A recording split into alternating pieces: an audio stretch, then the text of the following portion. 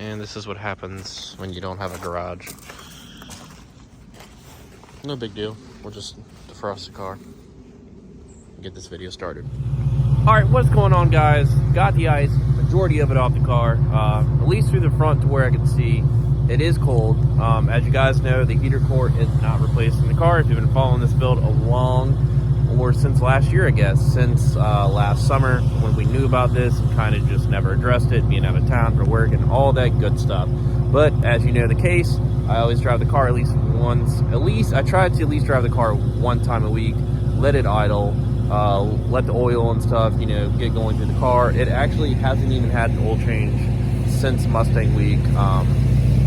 I think it had one. That's it. But I am running like the full synthetic. I did not like a break it in, but I did the Ford motor with the Motorcraft oil, and then changed it with the Mobil one full synthetic.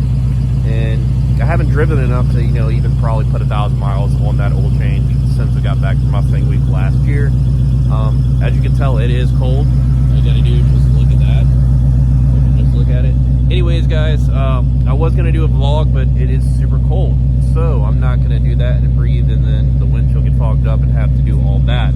But the setting behind me is really nice, so I thought I'd come out here and do this before it got fully dark. And let's jump into this video. So this video is just primarily talking about what every car builder, truck builder, whatever, if you're building a car, swapping a car, the words, I'm done with this car, the build is finally done, I've never heard anybody honestly say that. But I feel like, I'm sure there is or has been people that have done that, but I feel like I'm like that. Basically, I am done with this build. Basically, just besides like the idea of the build, right? We already know we want to boost the car. We already know what's left to do to the car. There's so much, shit that has to happen. Not even like a huge list as compared to last year when we were searching. In 2 months last year, I was searching for a T56 and a motor and found both of those. So, I don't know. So the other reason that I bring that up to kind of just, I guess, vlog, if you want to say, just an idea, is because, I've, over the course of time, I've obviously gotten a little bored with the car, as you can tell. Haven't really done anything else to it since really Mustang Week, or before that, getting the car ready for Mustang Week. That was just like the big project, the big headache and everything like that. Going through that is obviously stressful, and it wasn't to meet Mustang Week. It was basically me driving around miles and miles to like locate locate the engine. Last year when I went on that trip to Nashville, and the guy had a said Gen 2 Coyote motor, and it was I think a Mustang motor, if you want to say. So that's why I went out there, drove 9 hours with a trailer, money in hand, let's go, we're gonna buy a motor. I was like super excited about that, and get out there and it's a truck motor. And there's just easy ways that I could tell by that, and I refreshed my memory going up there, on the way up there, what are some things to look for. And it was a real big disappointment. Hopped in the car, turned around, 9 hours back, didn't make a trip out of Nashville. It wasn't like, hey, let's just go to Nashville. I've been a couple times, it's fun. But, that wasn't the case. We weren't going to go have fun. We were just basically there to in and out, pick a motor. Luckily, the T56 was found by a friend of mine, pretty local, I think like 2 hours away. And this engine was basically the same. So it worked out in a funny situation or a way. So to say that I'm done with this build, I am. Like I said, I want to boost it, of course. I want to fix the paint on it.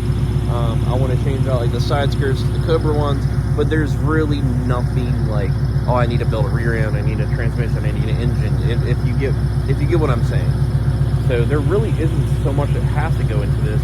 It's more or less like a project now of fixing stuff that's obviously aged with the car, like the paint and the heater core, stuff like that happens. And that's where I've lost kind of like the enjoyment out of it, and it's possibly also because I don't drive it. That being because it's cold, and the starter issue. It was just kind of I was enjoying driving it, not as much when I first did the Coyote swap, obviously, but it kind of lost the excitement a little bit.